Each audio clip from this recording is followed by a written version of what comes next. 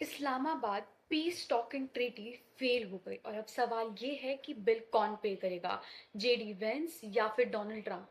दोस्तों, ये silicon valley का स्टार्टअप फेलियर नहीं है, ये यूएस, इजराइल, ईरान के बीच की डिप्लोमेसी का फेलियर है।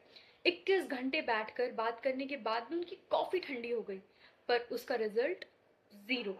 तो अब सिचुएशन ऐसी हो गई है, या तो वेंस इसकी एक्सप्लेनेशन देंगे या फिर डोनाल्ड ट्रंप इसके अगेंस्ट एक्शन लेंगे। अब हम डिकोड करेंगे कि इस्लामाबाद टॉक क्यों फेल हुआ और अब वॉर का नेक्स्ट सीन क्या बनने वाला है। चलिए इसे बहुत ही सिंपल लैंग्वेज में समझते हैं। इस्लामाबाद में 21 घंटे की मीटिंग हुई, जिसको लीड कर रहे थे जेडी वेंस। ऑब्जेक्टिव क्या थे? ऑब्जेक्टिव पे बात करते हैं। ईरान ईरान और इसराइल के वॉर की टेंशन को कम करना, न्यूक्लियर डील्स के पर कुछ प्रोग्रेस की बात करना और स्ट्रेट ऑफ हॉर्मुज के टेंशन को कम करना।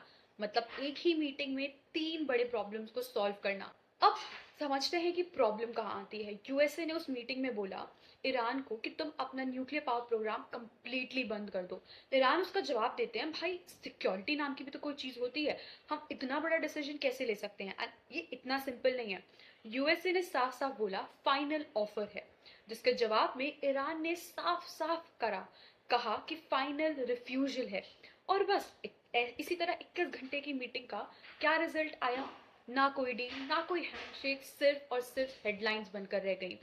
जाते जाते वेंस ने बोला डील नहीं बनी और लॉस ईरान का है। ये तो वैसे ही बात हो गई कि एग्जाम में फेल हो गए और बोल रहे हैं पेपर टफ था, मेरी कोई गलती नहीं। अब असली गेम शुरू होता है, जिसे कहते हैं ब्लेम गेम।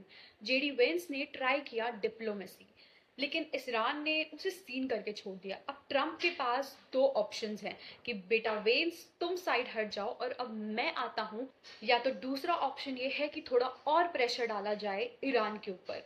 ट्रंप का स्टाइल तो आप जानते ही हैं, या तो डील करेंगे या तो डील को एकदम तोड़कर कुछ बड़ा एक्शन लेंगे। बीच का ऑप्शन उनके डिक्शनरी में नहीं है। उन्होंने ऑलरेडी सिग्नल दे दिया कि इसराइल को फुल सपोर्ट है, ईरान को वार्निंग है, एंड मिलिट्री मिलिट्री ऑप्शन जो है दैट्स ऑन टेबल।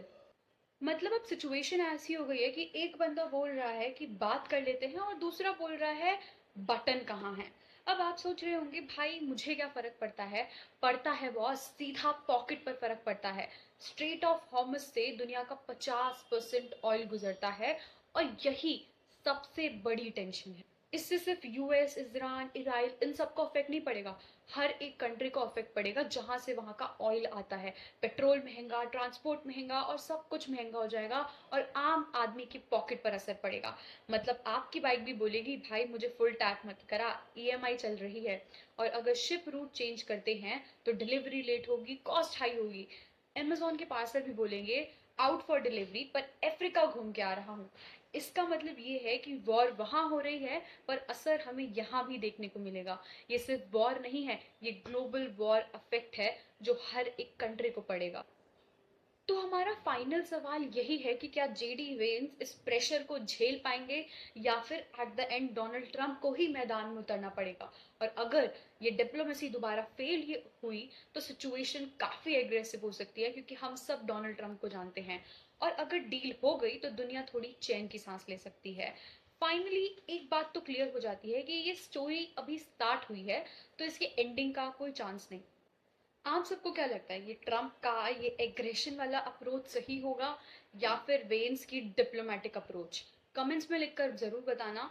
लाइक करिए, शेयर करिए एंड चैनल को सब्सक्राइब करिए। मैं आयुषी पांडे मिलती हूँ आपके साथ नेक्स्ट बड़ी अपडेट में।